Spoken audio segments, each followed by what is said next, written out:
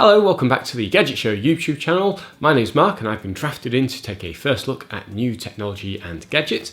And today I'm very excited to bring you the OnePlus 7T. Now I'm very excited by this because I am a OnePlus user. I have the OnePlus 6 and I had the OnePlus 5 before it. Considering we've been taking a look at phones that cost over £1,000, it's pretty exciting that this phone only costs £549. And for that you get a 16 megapixel front-facing camera in this teardrop design, a Snapdragon 855 Plus processor, 6.55 inch display running at 90 Hz. Around the back you get a triple camera setup. This happens to be a lovely blue finish, nice matte feel to it. The triple camera setup gives you 48 megapixel main, 16 megapixel ultrawide and a 12 megapixel telephoto. The raised camera design means that when this is laid flat, it can rock from side to side if you happen to press on either side of the screen. You can mitigate that somewhat by adding a case, but with this particular case there was still a little bit of rocking. As is the trend with mobiles these days, there's no headphone jack on this. You'll find a USB Type-C port, SIM card slot and the speaker on the bottom of the phone. One feature I really enjoy on both the iPhone and on OnePlus is the ring selector. So it's got a switch on the side that allows you to change it between ring, vibrate and silent. The screen on this looks fantastic, and the 90 Hz, it's a bit like going from standard def to 4K. Once you're used to it, you really don't want to go back. It looks fantastic in the menus. Games look brilliant with this. They just look that little bit smoother than on a standard phone, and I fully expect other manufacturers will adopt this technology in their next generation of phones. The speaker's okay. I didn't find it as good as the Samsung Note 10 that had the really loud stereo speakers that vibrated the phone itself, but they're perfectly fine. They get the job done. Just be aware that the speaker is at the bottom, and so if playing landscape games like this, your hand may cover it up accidentally.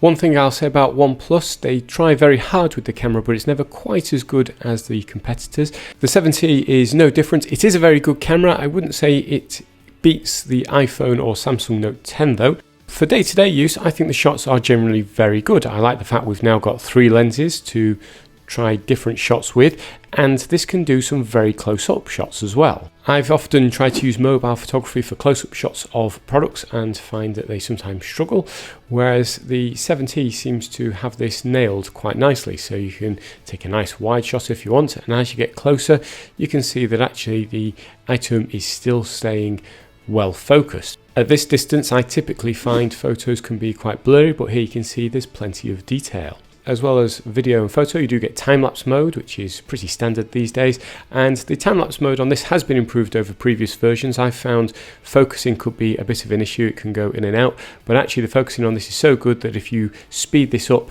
to 1,000 times its normal speed, the picture still stays rock steady and looks really good. One area that didn't impress me though was the low light mode. Pictures come out looking a little bit fuzzy and nowhere near as good as the competition.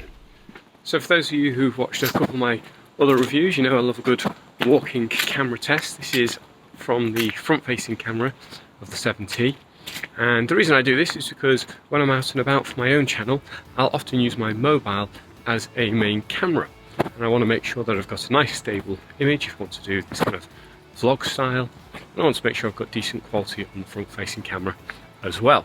So once again I'm having a little wander down to a local park, and it's a pretty dull day and the lighting isn't great, but looking at the screen it looks like it's capturing me quite well. So this section I'm in at the moment is covered by trees, and we're now just going to come out into the open and let's see how that affects the camera. Previously when I've tried this, the mobiles can sometimes make me go quite ghostly white. Here we go then. This is looking quite good. This is coping quite well with the change of light. Admittedly it's not a hugely drastic change of light, but how's it coping with the motion? What do you think? Is this a good camera if you were a vlogger? I'll move around a bit like so. Seems to be coping pretty well with stabilisation. How's my voice? Is it nice and clear? Let's swap over now to the front-facing camera.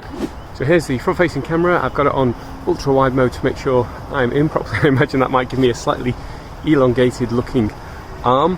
This doesn't have all the fancy features of something like the Note 10. It doesn't have an AR overlay on your face. It doesn't have all the fancy backgrounds that I showed off previously, but to me that's not really an issue. I just want a nice solid camera that will get me good shots and good video. What do you think to this one then? Is it stable? Let's have a little bit of a jog, get my step count up for the day.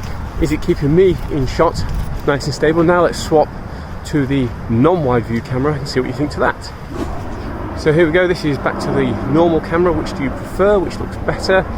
Again, just going to move, speed up a little bit. Is this keeping me nice and stable? Typically I find OnePlus very good at image stabilisation, and that's why I tend to pick them for my own use, because then when I'm out and about filming, it looks like I'm using a gimbal when I'm not. I'm just using a mobile phone. So we are now at 1x zoom. Let's go a little bit further in. 2 times zoom, 3, 4, 5 times zoom, 7. It's getting quite shaky in the hand now. 10 times zoom. It looks like it's pretty shaky.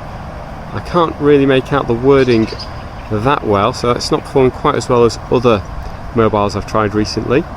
So I've been really impressed with the 7T. It's definitely a phone that I would have myself, and in fact I really don't want to send this back, but I'm going to have to. I think it offers a great feature set for the price. Remember, it's just £549 compared to over £1,000 for previously reviewed phones such as the Samsung Note 10 and the iPhone 11 Pro Max. It offers a great camera. It may not have all the same features as some of the others, but I think that's a trade-off I'd be willing to make for a far lower cost. Thanks for watching, hope you've enjoyed the video. If you have, please make sure to hit the like button, leave a comment, let me know what you think. Would you choose this over something like an iPhone or a Samsung phone? Be sure to check out the Gadget show, which is on Friday nights, 7 o'clock, Channel 5. I'll see you on the next video.